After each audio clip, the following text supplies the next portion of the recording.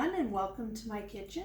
My name is Andrea, and today I'm going to show you how to put together a breakfast casserole.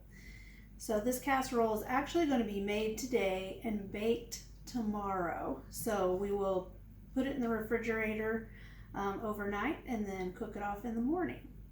All right, so what we're going to need here, I've already got a 8 by 8 square container here.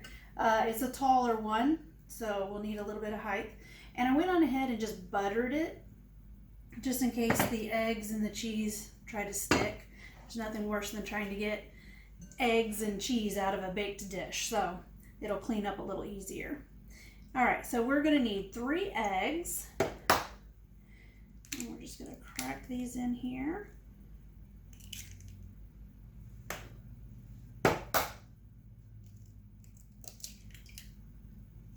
This dish was actually inspired by a caterer that I used to use when I booked breakfast meetings, and she always made this delicious breakfast casserole.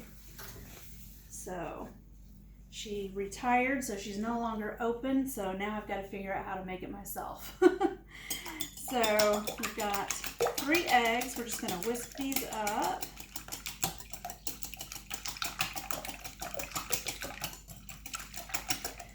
And then 1 cup of whole milk.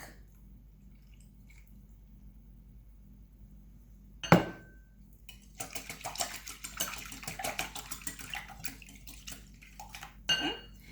And then we're going to add a little bit of salt and pepper. Now I don't want a lot because this has cheese in it, so the cheese is going to have a certain level of salt, and it has sausage, which also has some salt. So I'm just going to sprinkle in a little bit, less than 1/8 of a teaspoon. So I just don't want to go overboard. And then for pepper, just a little bit, about 1/8 of a teaspoon.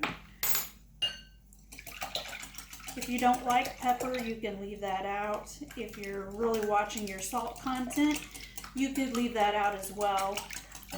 Like I said, the cheese and the sausage does have a certain level of salt already in them. So, all right, so I've got 5 ounces of breakfast sausage. I've already cooked it and then crumbled it up. So we're just gonna dump that in. If you don't like sausage, you can use bacon. That would be fine. You could use ham as well, or you could leave the meat out altogether if you don't want the meat. You could just make it more of a cheesy, veggie kind of breakfast bake. That would be perfectly fine. So I've got about 1/4, so this is about 1/2 cup of diced onion. I just used a yellow onion, diced it kind of on the small side so you don't have big chunks. So dump that in there. And then I minced about 3 cloves. They were small cloves of garlic. You can also, that's about 1 tablespoon, or maybe a little less, maybe more like 1/2 tablespoon. So you could always just get the diced garlic out of the produce aisle at your grocery store, or the squeeze bottle that has the minced garlic. And then I've got 1/2 of diced red bell pepper and 1/2 green bell pepper, just to add some color. That's about 1/2 cup on the red. The green, that pepper was a little bigger, so it's just a little bit more. So dump that in. You could also add some minced jalapeno, poblano, serrano if you like a little heat. Just, you know, whoever else is going to be eating it, make sure that they're going to like that as well. And then I've got 3 cheeses.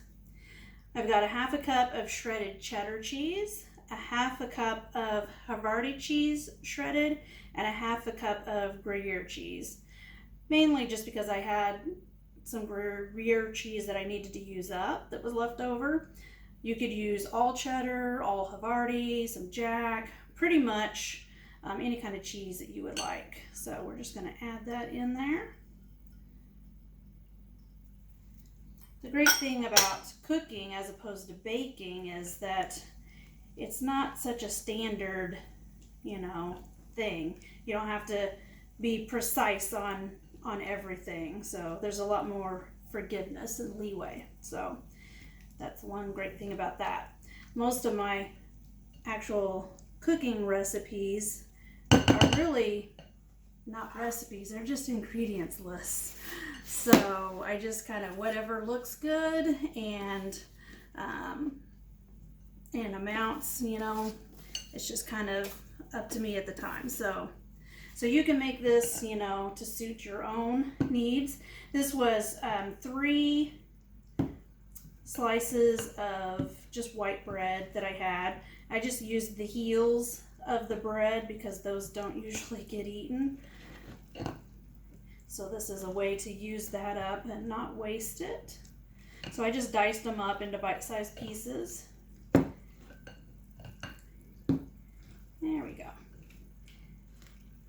A lot of times these are made with like hash browns, or I've seen them made with tater tots, but I thought the bread would work good. I don't like how hash browns always seem to kind of texturally, they still feel like raw potatoes to me. So anyway, so I've mixed that up so you can see, and it's nice and colorful. And then I'm just going to dump it into here.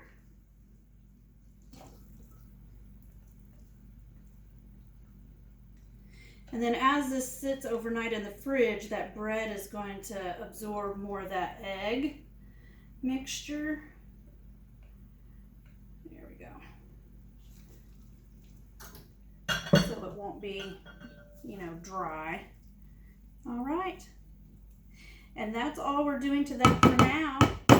So I'll just put a lid on that, and then when we come back, it'll be tomorrow morning, and we'll bake this.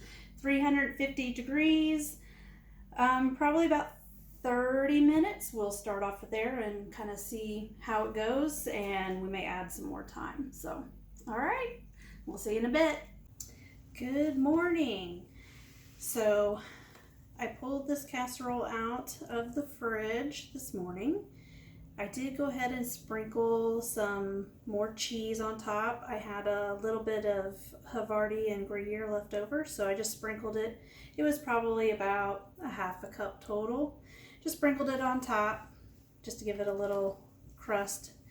I baked it at 350 degrees for about 40 minutes. If you want it a little more golden on top, just go the full 45 and you'll be good. So we're just going to cut into this. And it's still a little warm. I let this sit for about 10 minutes just to kind of cool a little bit. It smells really good. You can smell the peppers. All right. And you could always sprinkle a little more cheese on top. You could even add like some fresh pico to the top if you wanted, just a little bit of freshness, since it will be a bit rich with all the cheese and the bread and everything in there. So a little bit of fresh pico or salsa, hot sauce, whatever you like to top your eggs with. So this is something quick and easy. Just whip it up the night before, throw it in the fridge, heat up your oven in the morning, pop it in, you're good to go.